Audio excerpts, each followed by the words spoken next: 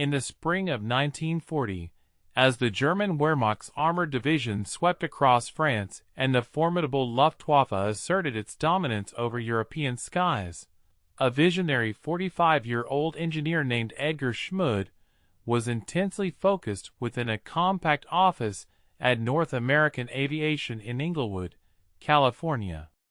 There, he meticulously sketched the preliminary designs for what would ultimately emerge as the quintessential fighter aircraft of World War II. Intriguingly, this groundbreaking endeavor was entirely self-initiated. No official request had been made by the U.S. Army Air Force, nor had they even hinted at a desire for a new fighter. Schmud embarked upon this project on a foundation of pure, calculated risk, fully aware that if his ambitious gamble failed, his company would bear the entirety of the development expenditures, and he would, in all likelihood, find himself seeking new employment opportunities.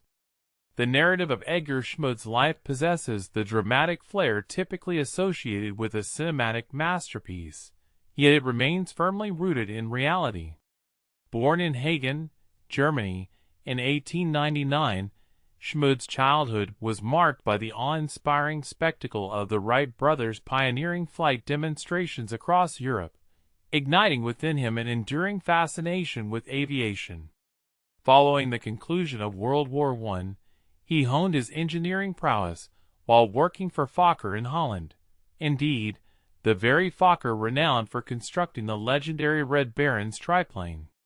The economic devastation of the Great Depression prompted his immigration to America in 1930, arriving with little more than his meticulously crafted engineering drawings and an unyielding ambition.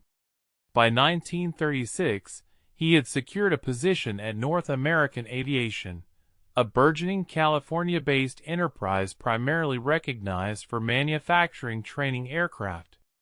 At that time, they were not the established giants like Lockheed or Boeing.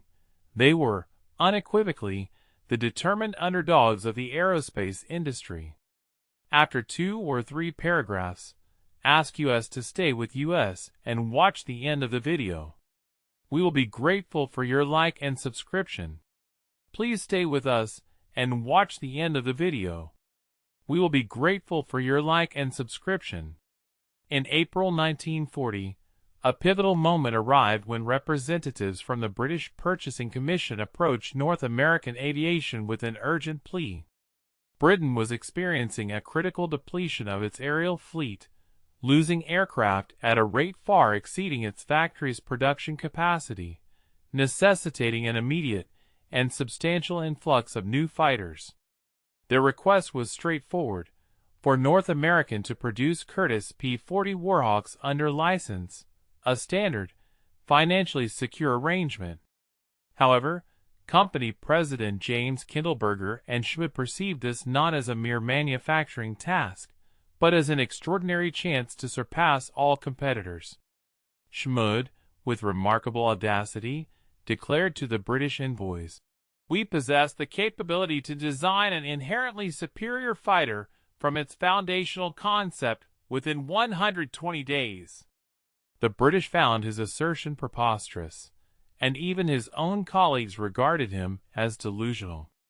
The conventional wisdom dictated that designing a combat-ready aircraft was a multi-year undertaking, involving extensive testing, exhaustive wind tunnel evaluations, and numerous prototype failures.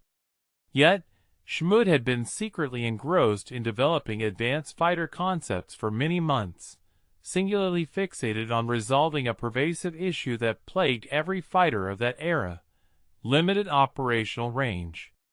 The iconic Spitfire, while an unparalleled master in aerial combat, was hampered by a mere 400-mile fuel endurance. The P-40, though possessing a respectable range, lacked the requisite climb rate. German Messerschmitt Bf 109s, lethal interceptors, were nevertheless constrained by their diminutive fuel tanks, tethering them closely to their airfields. Every air force globally confronted the identical, unforgiving compromise. One could engineer an agile fighter or a long-range fighter, but the laws of physics seemingly precluded the simultaneous achievement of both. Schmid, however, harbored a profound conviction that these physical constraints could be circumvented through an innovative wing design. The British, in a state of growing desperation and with dwindling alternatives, ultimately ratified the contract on May 29, 1940, 120 days to deliver the initial prototype. It was a timeline widely considered to be utterly impossible. Schmid swiftly assembled a dedicated cadre of 150 engineers and draftsmen, who then operated in relentless 24-hour shifts, organized into rotating crews. His strategic advantage extended beyond mere caffeine-fueled tenacity. It encompassed crucial data procured from NACA, the National Advisory Committee for Aeronautics. This organization had been diligently experimenting with a revolutionary wing profile known as a laminar flow airfoil. Schmid was poised to stake his entire professional career on the premise that this design would prove effective, not merely within the controlled environment of a wind tunnel, but crucially, in the crucible of combat, flying at 400 miles per hour while under enemy fire.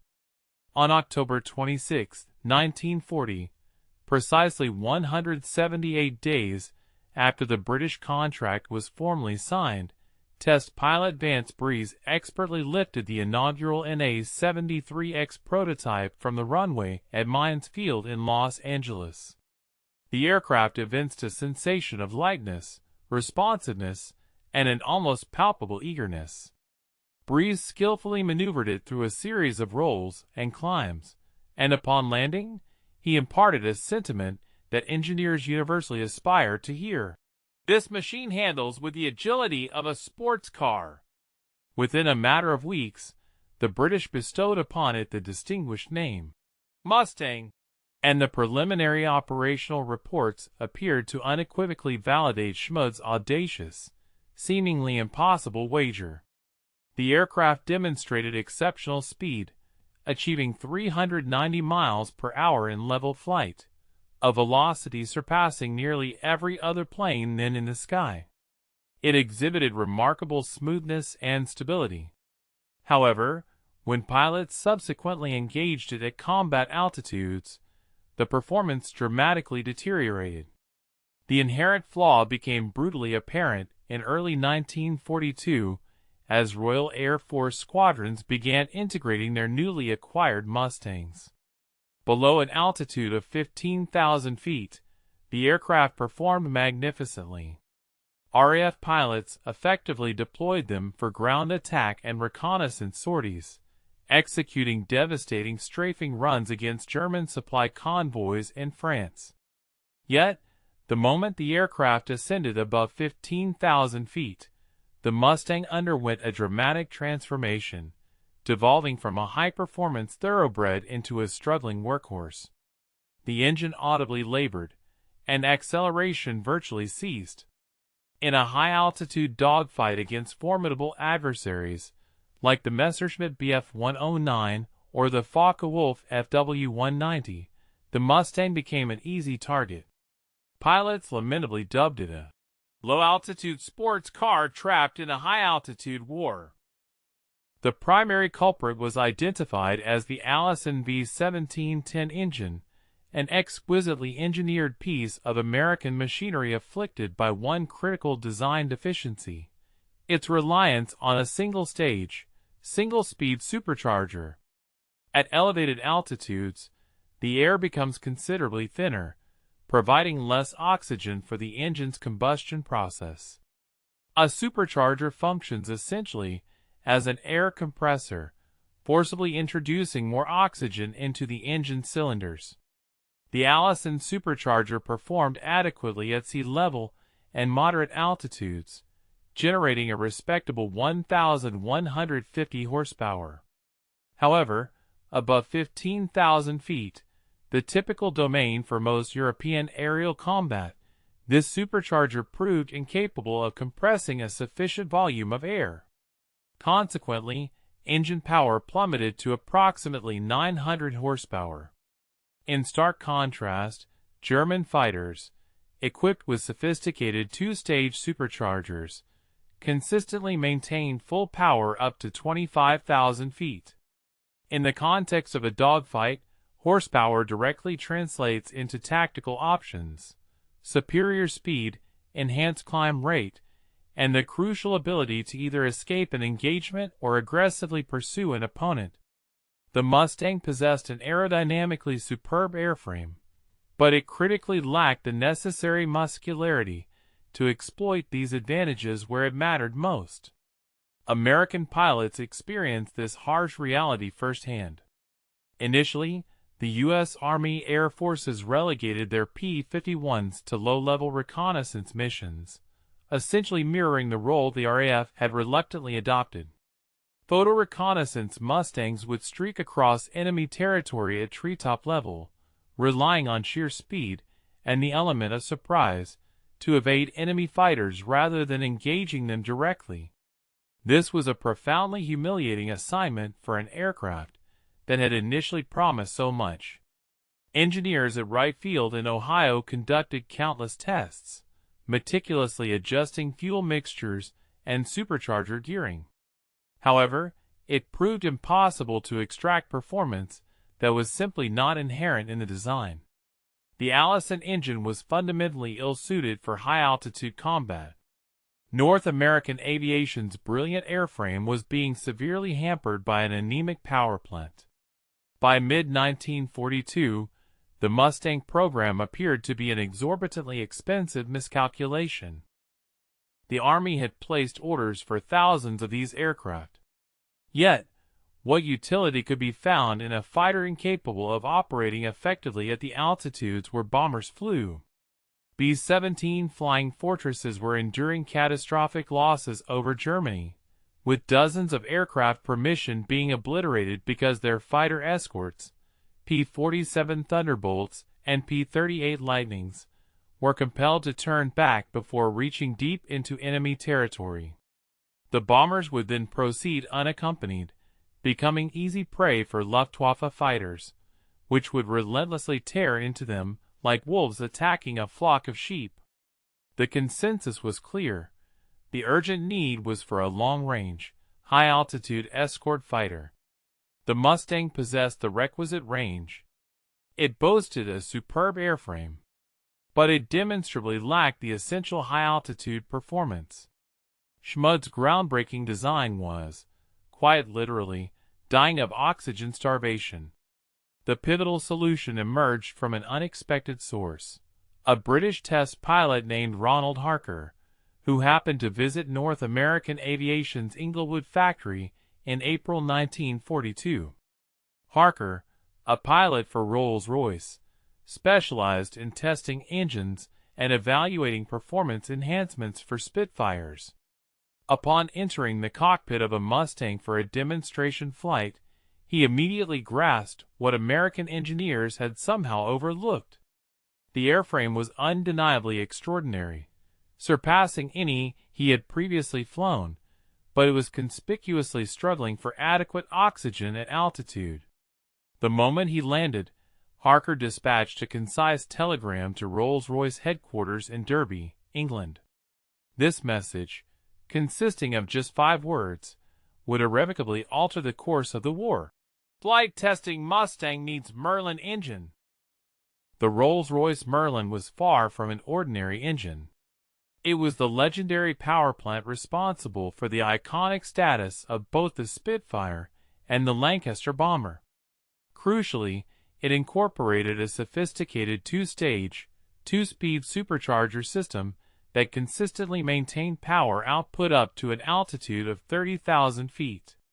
The engineering behind this system was intricate. The initial supercharger stage compressed the incoming air.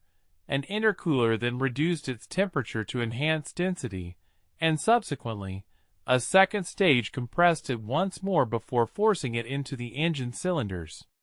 This advanced configuration yielded an impressive 1,520 horsepower at 20,000 feet, nearly double the output the Allison engine could manage at the same altitude. However, replacing an engine is a far more complex undertaking than merely swapping a car battery. The Merlin was heavier, possessed different mounting points, and necessitated a complete redesign of the engine mounts, cooling systems, and propeller configurations. Rolls-Royce, demonstrating remarkable initiative, did not await American authorization. By October 1942, they had procured a Mustang from RAF inventory and meticulously integrated a Merlin 61 engine into its airframe at their Hucknall facility. The inaugural test flight occurred on October 13, 1942, with Rolls-Royce test pilot Captain Ronnie Shepard at the controls. Shepard ascended to 20,000 feet, anticipating the customary sluggish response. Instead, the Mustang surged forward as if it had been liberated from its constraints. He propelled it to 25,000 feet, where it continued its strong climb. Even at 30,000 feet, the engine maintained its powerful thrust. When he executed a dive and fully opened the throttle, the airspeed indicator briefly touched 433 miles per hour. Shepard landed and subsequently filed a report that employed adjectives such as phenomenal and revolutionary. The British promptly designated this modified aircraft the Mustang X and accorded it top priority. I am from India, and I found this video topic incredibly engaging. The narrative about the Mustang's development, especially the initial struggles and the pivotal role of the Merlin engine, is a fascinating testament to human ingenuity and perseverance under pressure. It highlights how even brilliant designs can have critical flaws, and how international collaboration, even informal, can lead to revolutionary breakthroughs. The story really captures the high stakes and rapid innovation of wartime aviation. The project was immediately elevated to the highest level of importance. Across the Atlantic, American aviation powerhouses, specifically North American Aviation and the Army Air Forces, found themselves in a frantic race to match the advancements originating from overseas. Whispers had been circulating regarding the exceptional outcomes of British trials involving the Rolls-Royce Merlin engine. By November 1942, detailed operational metrics arrived at Wright Field, presenting performance figures that initially appeared almost unbelievable. These statistics heralded a remarkable 50 miles per hour surge in top speed and an astonishing elevation in service ceiling, escalating from 31,000 feet to an impressive 41,900 feet. Such radical improvements naturally led some engineering experts to question the accuracy of the measurements, suspecting potential data anomalies. However, skepticism rapidly dissipated when the inaugural American-manufactured Merlin-equipped Mustang, officially designated XP-51B, achieved its maiden flight on November 30, 1942, departing from the facility in Inglewood. Veteran test pilot Bob Chilton meticulously evaluated its capabilities, subsequently transmitting an aerial report brimming with palpable enthusiasm, exclaiming that the aircraft ascended with the vigor of a homesick angel. This modification represented a complete and profound metamorphosis for the aircraft. The very same airframe, which previously contended with significant performance limitations at altitudes exceeding 15,000 feet, now exhibited commanding superiority at 25,000 feet, and possessed the capability to engage in combat with considerable efficacy even at 35,000 feet. Concurrently, the Packard Motor Company, situated in Detroit, commenced the licensed production of these formidable Merlin engines, dubbing their version the Packard V1650-3. This was fundamentally an American-fabricated Merlin, adapted with specialized tooling to facilitate large-scale manufacturing. By the early months of 1943, P-51B Mustangs, now powered by these Merlin engines, were rapidly emerging from the production lines at both the Inglewood plant and a newly established facility in Dallas, Texas. Consequently, the earlier Allison-engine Mustang variants were discreetly repurposed for roles such as ground attack and aerial reconnaissance. The definitive Mustang, the formidable machine destined to accompany heavy bombers on perilous missions deep into enemy territory, specifically to Berlin and back, had at long last made its appearance. Edgar Schmidt's brilliantly conceived airframe had at last been paired with its ideal propulsion system, and the German Luftwaffe was on the precipice of a stark revelation regarding the devastating potential of 1,500 horsepower, synergistically coupled with revolutionary laminar flow wings, when wielded by resolute and skilled aviators. Stay with us and watch the end of the video. We will be grateful for your like and subscription. Write a comment about where you are from and what you think about the video topic. The true genius and revolutionary aspect embedded within Schmidt's groundbreaking aircraft design resided fundamentally in its wing structure. As any aerial vehicle traverses the atmosphere, its wings inevitably interact with and entrain air molecules along their surfaces. Under conventional circumstances, this interaction typically generates what is known as turbulent airflow. One might visualize this phenomenon as countless minute whirlpools and chaotic eddies swirling irregularly across the wing's expanse. Such turbulent conditions invariably translate into increased aerodynamic drag, a force that compels the aircraft to expend additional fuel simply to overcome the inherent resistance of the air itself.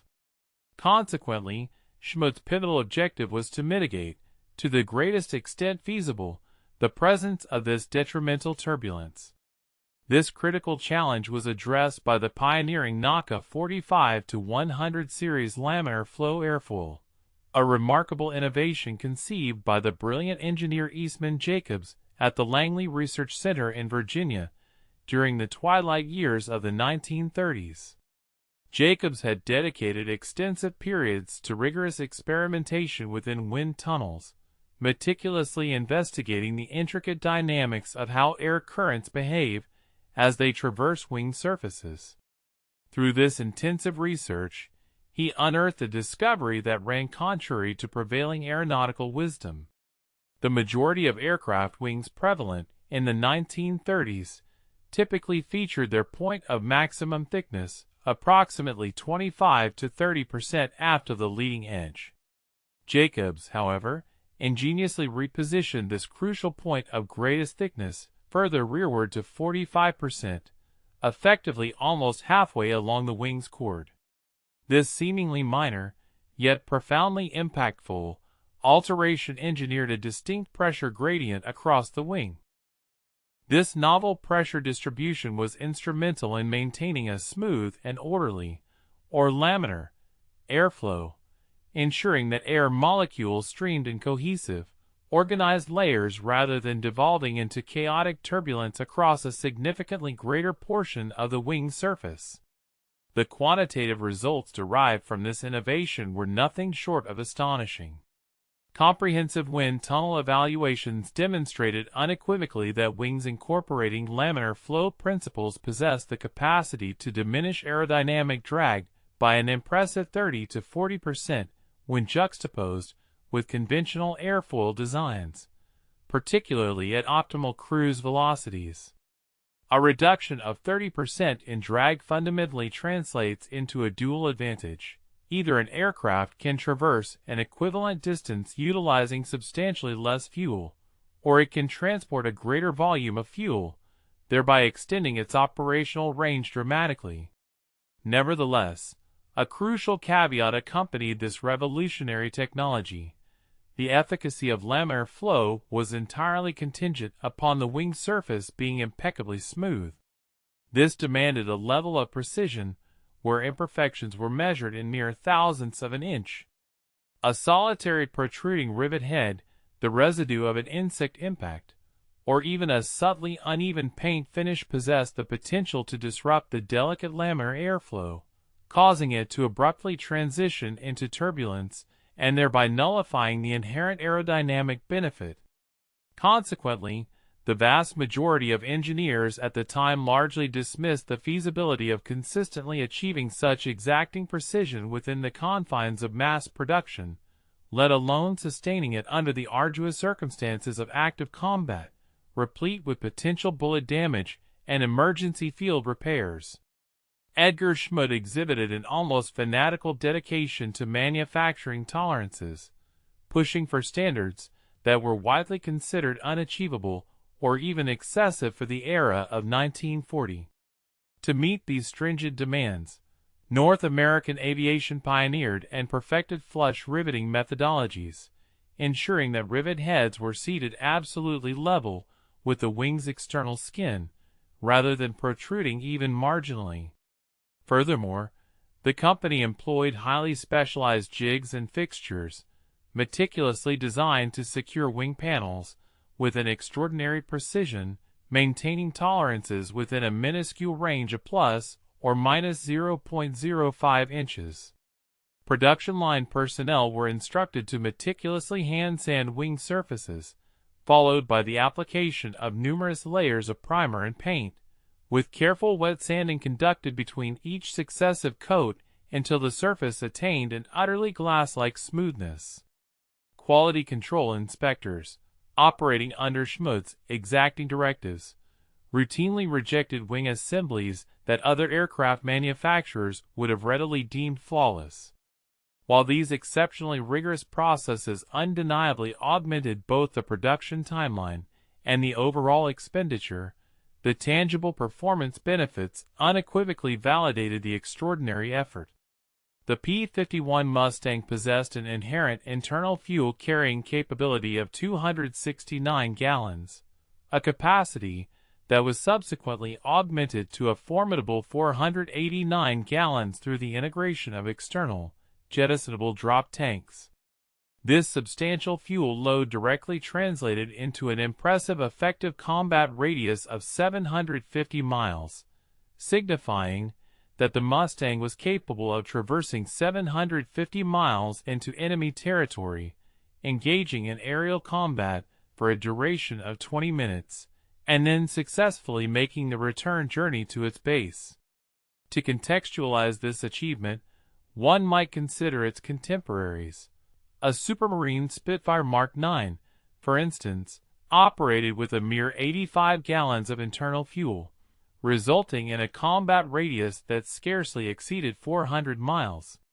Similarly, the Republic P-47 Thunderbolt, despite its robust design, carried 305 gallons of fuel, affording it a combat radius of 475 miles. Clearly, the Mustang did not merely represent an incremental improvement over its peers, it established an entirely new benchmark, fundamentally operating within a distinct performance echelon. Owing to the exceptional efficiency afforded by its laminar flow wing design, particularly when operating at cruise velocities, the Mustang achieved the counterintuitive feat of extending its range by actually flying at higher speeds. When maintaining an optimal cruising speed of 280 miles per hour, the aircraft exhibited such remarkable fuel economy that the addition of external fuel tanks transformed it from a tactical fighter into an instrument of strategic warfare. The crews of heavy bombers began affectionately referring to the Mustangs as their little friends, a poignant moniker born from the unprecedented reality that, for the first time in the protracted air campaign over Europe, these agile escorts possessed the endurance to accompany them not only to their designated targets, but also for the entirety of the perilous return journey.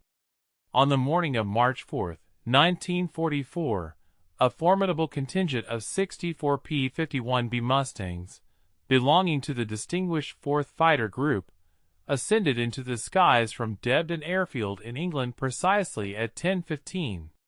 Their wings, laden with substantial 110-gallon external drop tanks, suggested the gravity of their impending assignment. The mission directive, delivered with stark clarity during the briefing, was unambiguous. escort the B-17 bombers to Berlin and bring them home. This objective targeted Berlin, the very capital of Hitler's Reich, entailing an arduous 1,000-mile round trip deep within the core of the Third Reich, a territory into which no Allied fighter aircraft had ever previously dared to penetrate. The veteran bomber crews, hardened by countless perilous sorties, found it difficult to fully credit this audacious promise.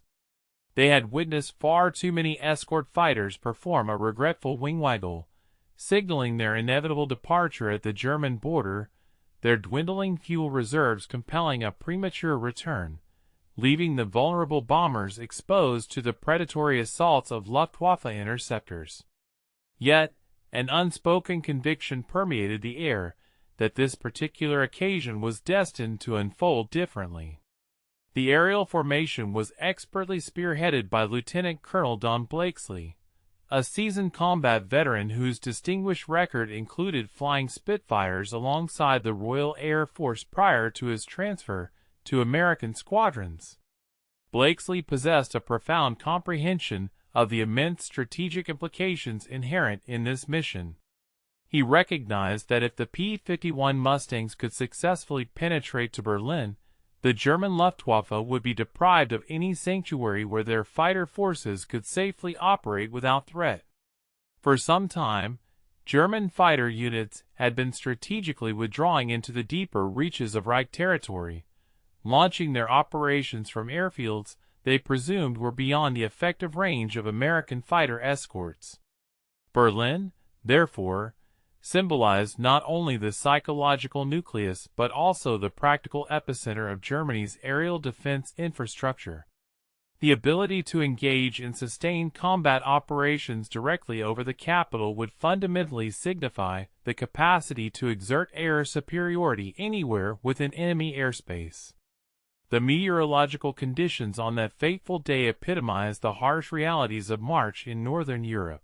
Dense cloud formations obscured the English Channel, and severe icing conditions prevailed at higher altitudes. A handful of Mustangs were compelled to abort their mission due to various mechanical malfunctions, yet the predominant formation steadfastly advanced. They penetrated German airspace at a cruising altitude of 27,000 feet, where pilots meticulously adjusted their throttles to maintain an optimal, fuel-efficient cruise speed, conserving every precious gallon. The formidable bomber stream, comprising 316 B-17 flying fortresses, extended for miles across the sky, relentlessly pressing onward towards their primary objective, a crucial ball-bearing manufacturing facility situated in Erkner, just beyond the perimeter of Berlin. At approximately 11:40, in the vicinity of Brunswick, the initial contingent of Luftwaffe interceptors materialized, formidable Messerschmitt Bf-109GS and Focke-Wulf FW-190 initiating aggressive dives from their superior positions. Under typical operational scenarios, the Allied fighter escorts would have already departed by this juncture. However, on this particular day, the Mustangs remained resolutely present, a sight that caused the German pilots to pause in disbelief. Decades of established aerial doctrine and combat experience had ingrained in them the firm conviction that American fighters simply should not possess the range to operate this far eastward. This momentary, yet critical, hesitation proved immensely detrimental to the German defenders. The Mustang formation swiftly dissolved its disciplined structure and plunged into engagement, skillfully maneuvering inside the German fighters and leveraging their inherent speed advantage at high altitudes to dictate the terms of the aerial confrontation. Captain Don Gentile, a distinguished ace, exemplified this prowess by dispatching two Bf-109s within a breathtaking 3-minute span, expertly exploiting the Mustang's exceptional climb rate to gain an advantageous position above his adversaries and execute devastating gravity-assisted dives. The meticulously crafted laminar flow wings, the very innovation that Schmidt had so obsessively refined, enabled the Mustang to retain precise control even at velocities where other contemporary fighters would typically commence buffeting and vibrating uncontrollably. German pilots, accustomed to holding the upper hand, suddenly found themselves in the unprecedented and disconcerting predicament of being simultaneously outmaneuvered in both speed and climb performance. The ensuing furball, a vivid aviator's term for a chaotic and intensely tangled dogfight, erupted and dispersed across an expansive 50-mile stretch of German airspace. Yet, amidst the swirling melee, one paramount reality persisted. The bomber stream continued its unyielding advance toward Berlin, and the Mustangs remained steadfastly committed to their protective mission. By 12:15, the entire formation had successfully penetrated Berlin's heavily defended airspace. Immediately, the formidable flak batteries positioned below unleashed a barrage, saturating the sky with ominous black bursts of exploding anti-aircraft shells. However, the prevailing weather conditions, ironically, proved advantageous for the Allied forces. The pervasive cloud cover was so dense and extensive that the ground-based anti-aircraft gunners were effectively firing blind, unable to visually acquire their targets. The B-17s, relying on sophisticated radar guidance, released their devastating payloads through the obscuring clouds, and then initiated their turn for the journey homeward. Concurrently, the Mustang pilots meticulously monitored their fuel gauges.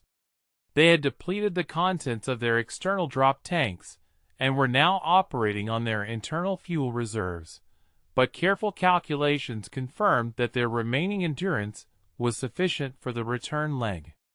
The homeward-bound flight segment would be executed at an optimal, fuel-conserving cruise speed, strictly avoiding any superfluous maneuvering, adhering instead to direct, unswerving courses back to their English bases. By precisely 14:30, the entire formation had successfully traversed back over the expansive waters of the North Sea. A mere 30 minutes later, at 1500 hours, the landing gear of the returning aircraft gently made contact with the runways of various English airfields, signaling the successful conclusion of the arduous mission. A review of the mission's statistical outcomes provided a stark narrative. 5 heavy bombers were lost, primarily succumbing to the intense flak defenses over the target area.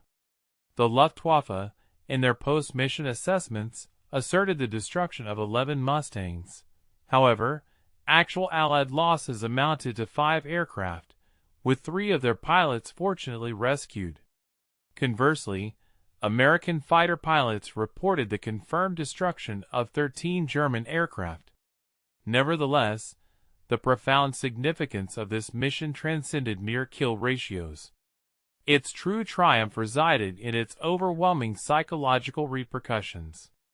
Luftwaffe pilots, in their radio transmissions to ground controllers, voiced their astonishment and incredulity, exclaiming, "American fighters over Berlin!" It is widely reported that Reichsmarschall Hermann Göring, the supreme commander of the Luftwaffe, upon learning of the unprecedented penetration, declared with a sense of resignation, "When I saw Mustangs over Berlin, I knew the jig was up." At an altitude of 27,000 feet, the long-held myth of an impregnable fortress Germany had been decisively shattered, a monumental achievement made possible by the visionary, and once seemingly impossible, wing design conceived by Edgar Schmid.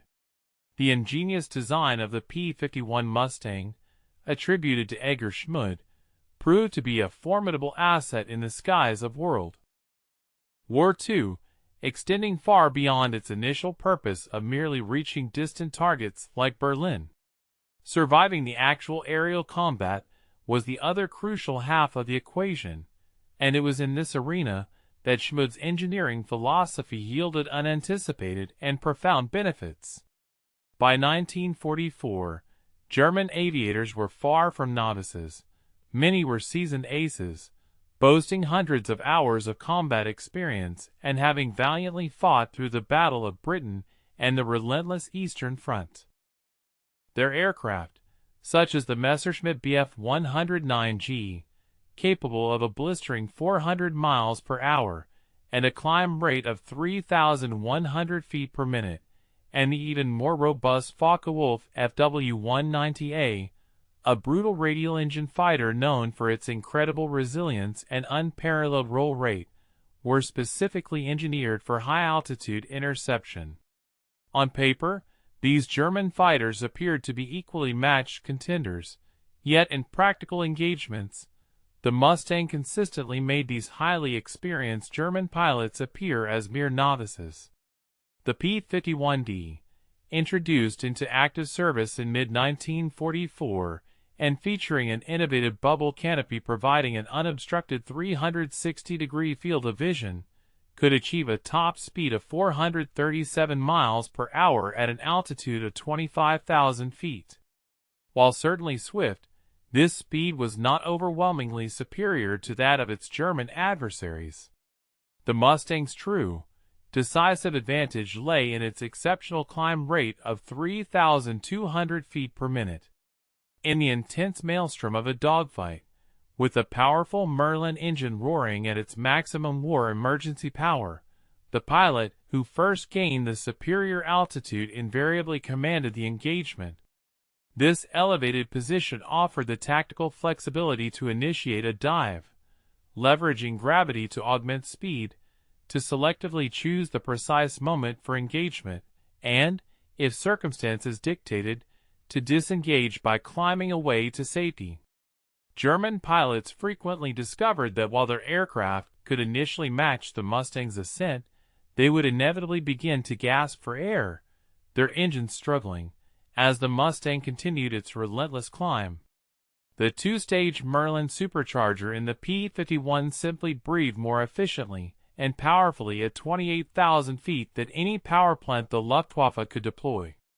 Furthermore, turn performance, a critical metric distinguishing competent fighters from truly exceptional ones, was another area where the Mustang's laminar flow wing once again demonstrated its superior engineering.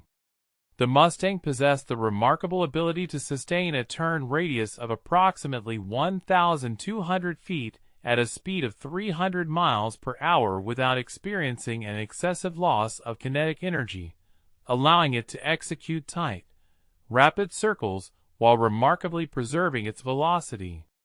In contrast, the Focke-Wulf FW-190 typically required a wider turning arc, and while the Messerschmitt Bf 109 could initially initiate a tighter turn, it rapidly bled off speed, leaving its pilot dangerously exposed and vulnerable.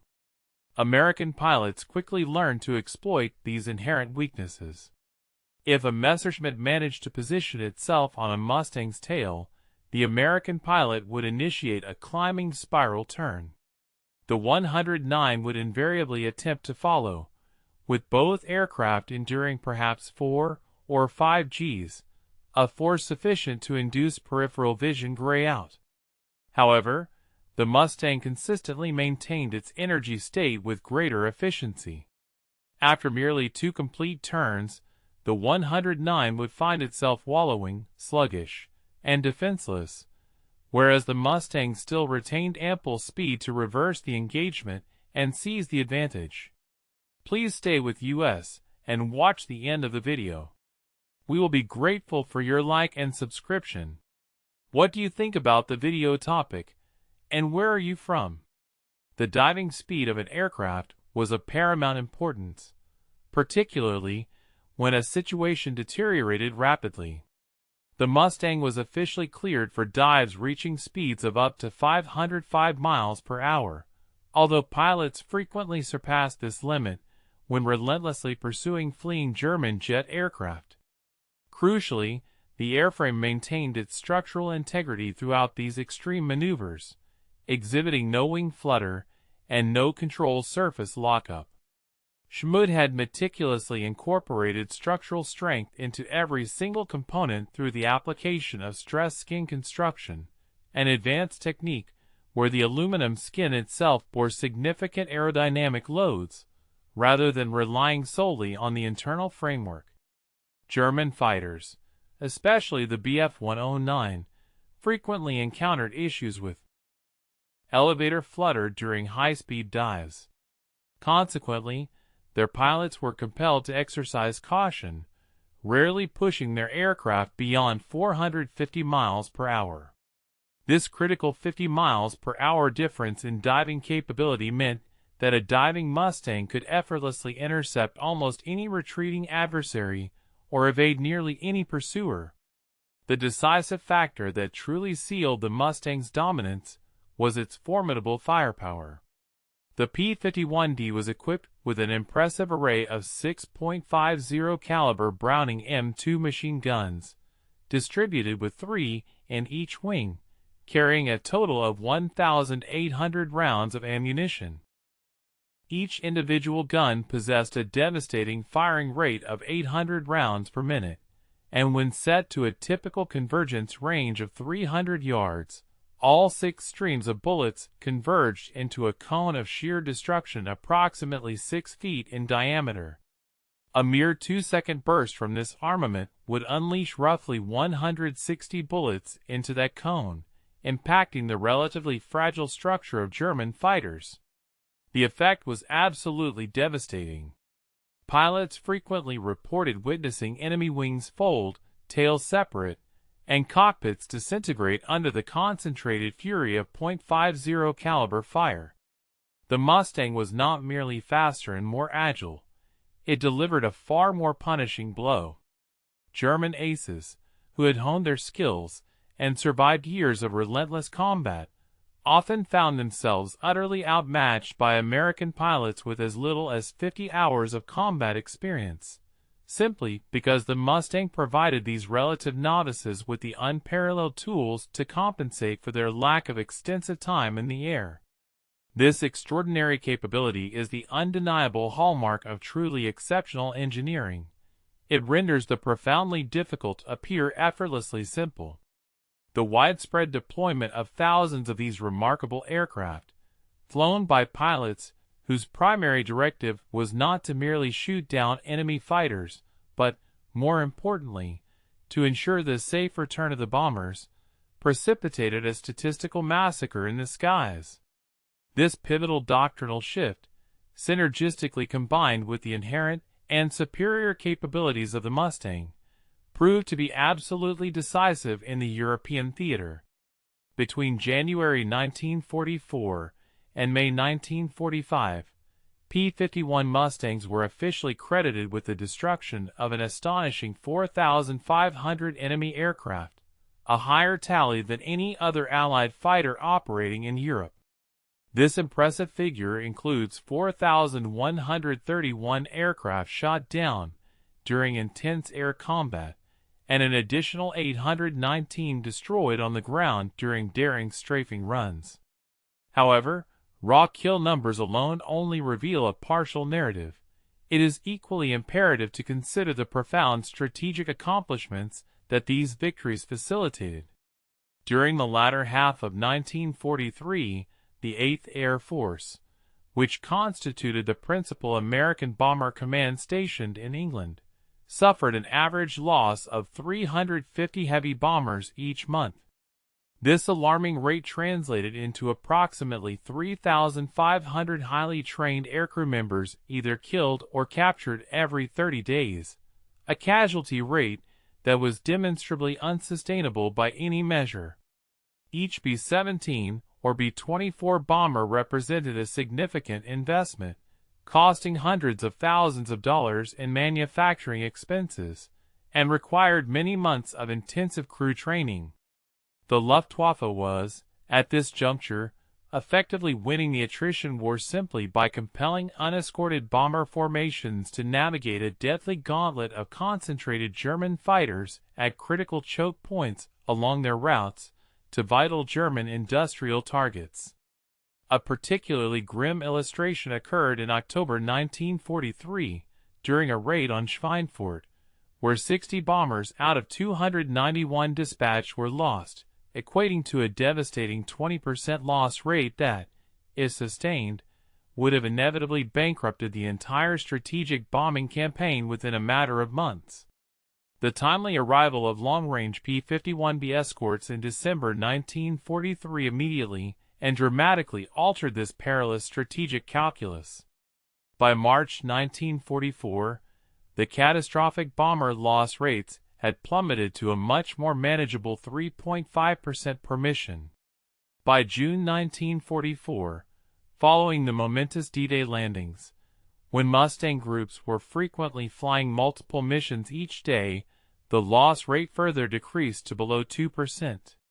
This remarkable improvement was not an indication that the Luftwaffe had suddenly become less proficient in aerial combat. Rather, they were being forced into an utterly impossible tactical situation. German fighters were compelled to engage the bomber formations in order to halt the relentless destruction of the Reich's industrial capacity. However, initiating such an engagement meant navigating through a formidable screen of Mustangs that possessed the ability to pursue them relentlessly across the entire operational theater. Luftwaffe pilots began to report increasingly frequent situations where they would spot bomber formations, but were utterly unable to mount an attack because the ever-present Mustangs maintained an insurmountable altitude advantage. The role of the escorts had unequivocally shifted from a purely defensive posture to an aggressive, offensive one. Ground attack missions further amplified the dimension of destruction wrought by the Mustangs.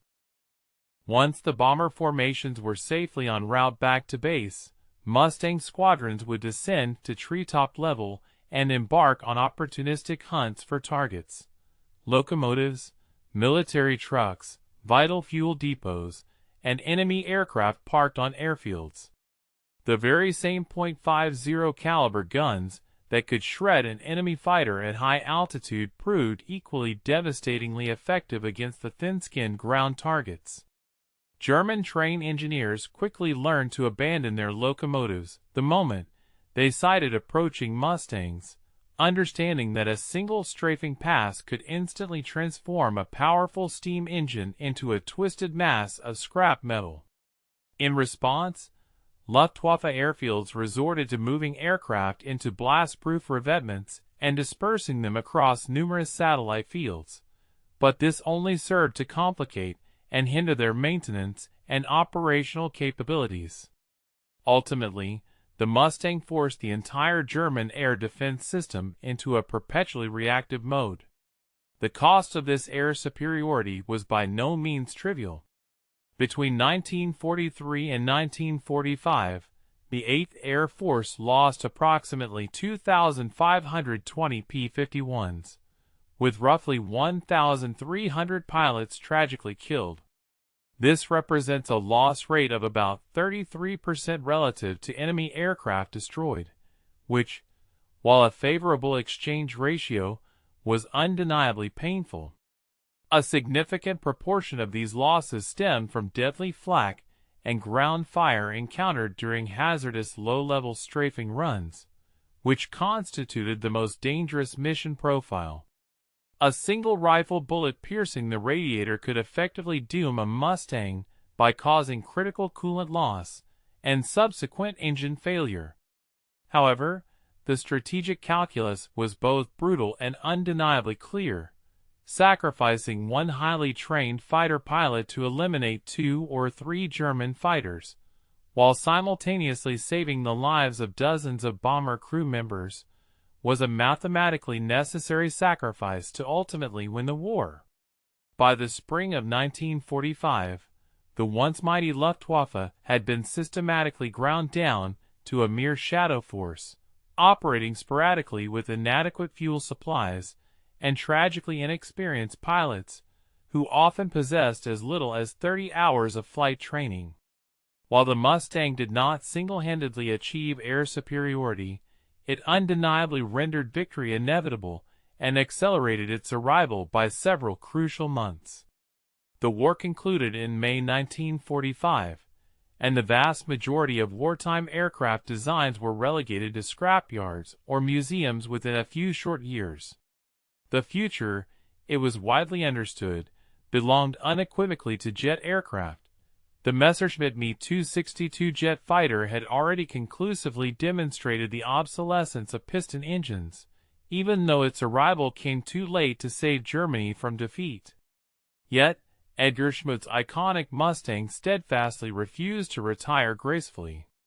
The fundamental design principles embedded within its revolutionary laminar flow wing and robust stress-skin fuselage continued to find innovative new applications long after the final combat mission had been flown over the battlefields of Europe. The subsequent narrative of the Mustang's enduring utility reveals a profound truth about truly revolutionary engineering. A truly great design possesses the inherent capacity to transcend its original intended purpose. When the Korean War erupted in June 1950, the newly independent United States Air Force, established in 1947, suddenly found itself in urgent need of reliable ground attack aircraft capable of operating from rudimentary forward airstrips and robust enough to withstand heavy anti-aircraft fire. Jets of that era were notoriously temperamental, excessively fuel-hungry, and necessitated long, meticulously prepared concrete runways. Consequently, the F-51D Mustang, having been redesignated, was promptly brought out of mothballs and rapidly deployed to Korea within a matter of weeks. Pilots quickly discovered that the aircraft performed ground attack missions with exceptional prowess, effectively carrying bombs, rockets, and napalm while absorbing battle damage that would have irrevocably downed a jet aircraft. The Mustang's highly reliable Merlin engine and remarkably robust airframe meant that these aircraft could operate efficiently from primitive strips located near the front lines. They flew at astounding 62,607 combat sorties in Korea, losing 351 aircraft primarily to relentless ground fire, an impressive feat for a design that was already a decade old, unequivocally demonstrating its enduring versatility and combat effectiveness. The P-51 Mustang, while already a decade old in operational terms for some nations, exhibited its most astonishing longevity and utility within international military service. Smaller sovereign states, often constrained by fiscal limitations, simply could not bear the exorbitant costs associated with acquiring advanced jet fighters or establishing the extensive logistical infrastructure required for their upkeep. Yet, these nations discovered that the Mustang could be deployed with remarkable efficacy, demanding only minimal support. For instance, the Israeli Air Force deployed its P-51ds with distinction during the pivotal 1948 Arab-Israeli War, maintaining them in active duty until 1961. Even more remarkably, the Dominican Air Force continued to operate its fleet of Mustangs until 1984. Indeed, the year 1984, an astonishing 44 years after the prototype's maiden flight, saw these aircraft still flying. These were not static museum exhibits or vintage planes performing aerial stunts for crowds. Rather, they were fully operational combat aircraft, diligently executing vital border patrol and counterinsurgency missions. The sheer fact that Third World air forces, often with limited access to replacement parts, could sustain the complex Merlin engines underscores the exceptional engineering and inherent robustness of the entire aircraft package. Edgar Schmid, the visionary behind the Mustang, himself transitioned to a host of other groundbreaking projects following the cessation of hostilities. After the war, he seamlessly integrated into North American aviation's nascent jet programs, eventually ascending to the esteemed position of chief designer for the F-86 Sabre. This iconic swept-wing fighter famously asserted aerial supremacy over the formidable MiG-15s during the Korean conflict. A careful examination of the F-80SIX's underlying design philosophy reveals undeniable Mustang DNA, a pronounced emphasis on affording pilots superior visibility, crafting highly efficient aerodynamic profiles, and ensuring extended operational range. The Sabre, it must be stressed, was not merely a Mustang retrofitted with a jet engine.